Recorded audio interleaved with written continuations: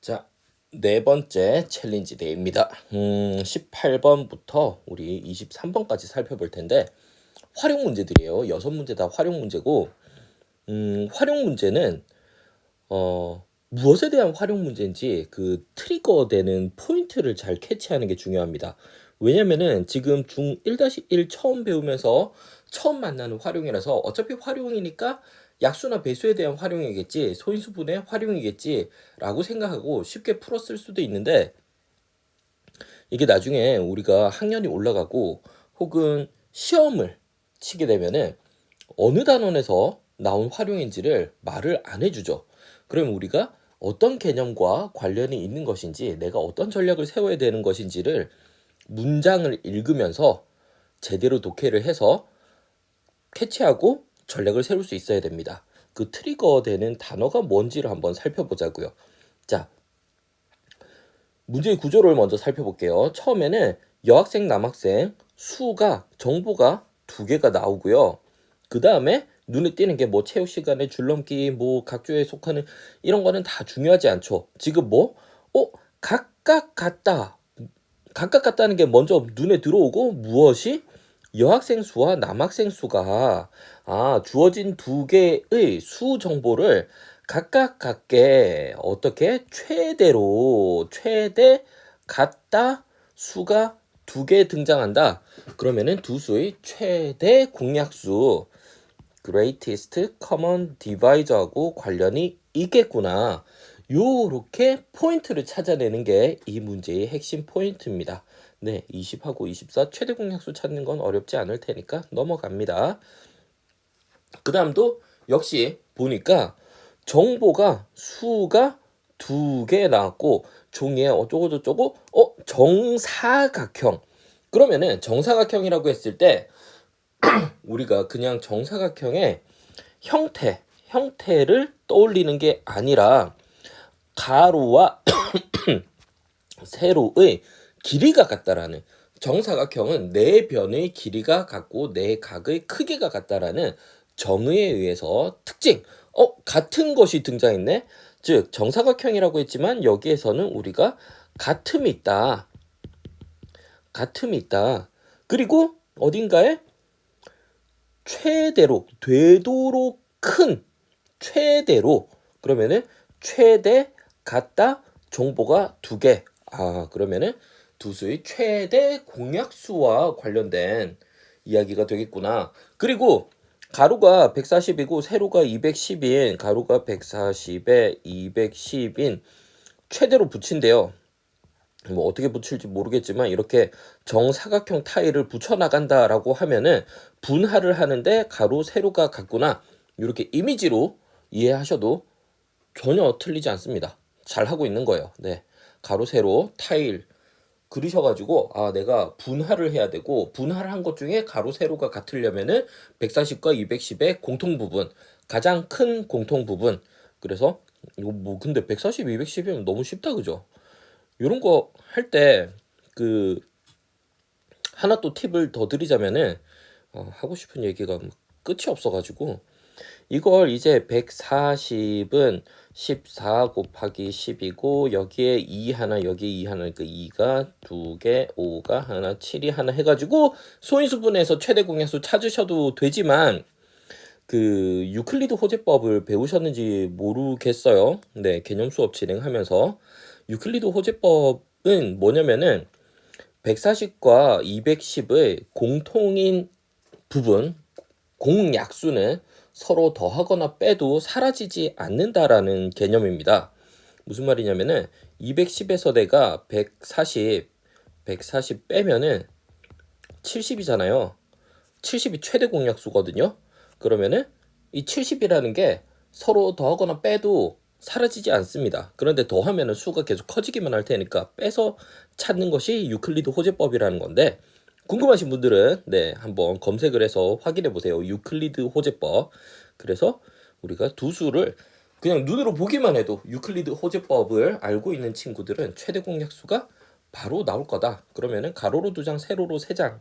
그러면 색조의 장수는 6장. 뭐 이런 식으로 찾을 수 있겠네요. 다음 문제로 갑니다. 어떤 수로 18을 나누면 2가 남고 23을 나누면 1이 부족하다. 그러면은 18에서 2가 남았다는 것은 16은 나누어 떨어질 거고요. 1이 부족하다라는 것은 23은 1이 부족하다는 것은 24를 나누면 또 나누어 떨어진다는 거죠. 그럼 16도 나누어 떨어지고 24도 나누어 떨어지는 수 중에 가장 큰 수. 네, 가장 큰 수.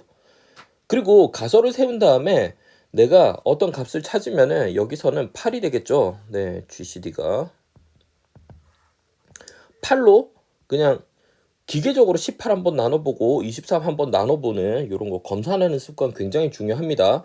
뭐 몇 초 안 걸리잖아요. 8이 16, 18에서 16 빼면은 2 맞고 38이 24 하나 부족하네 하고 답 적는 요런 습관이 마지막에 1등급과 2등급을 가릅니다. 네, 요런 것들. 요런 디테일한 습관만 잘 들여도 검사하는 본능적이고 반사적으로 검사하는 습관만 잘 들여놔도 네, 1등급으로 쉽게 올라갑니다. 자, 이제는 우리가 최대 공약수 아니고 최소 공배수 활용 문항들인데 한번 보자고요. 어떻게 제시되는지. 역시나 정보가 48초 1분, 더럽게 1분과 초, 분과 초를 섞었죠. 그냥 뭐 60초라고 생각합시다.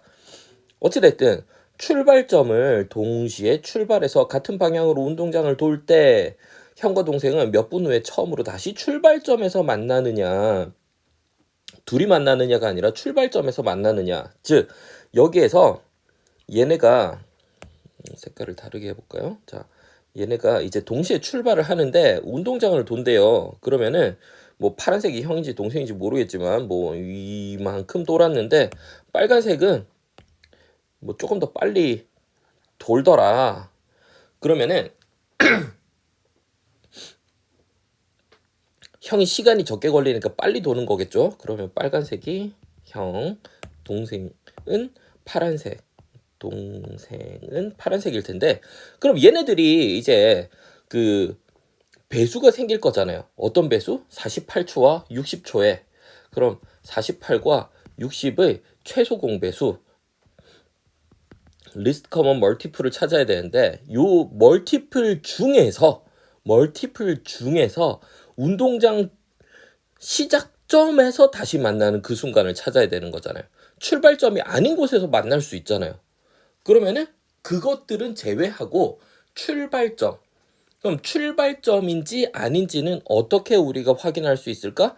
뭐 동생이 60의 배수에 있을 때면은 무조건 맞을까요?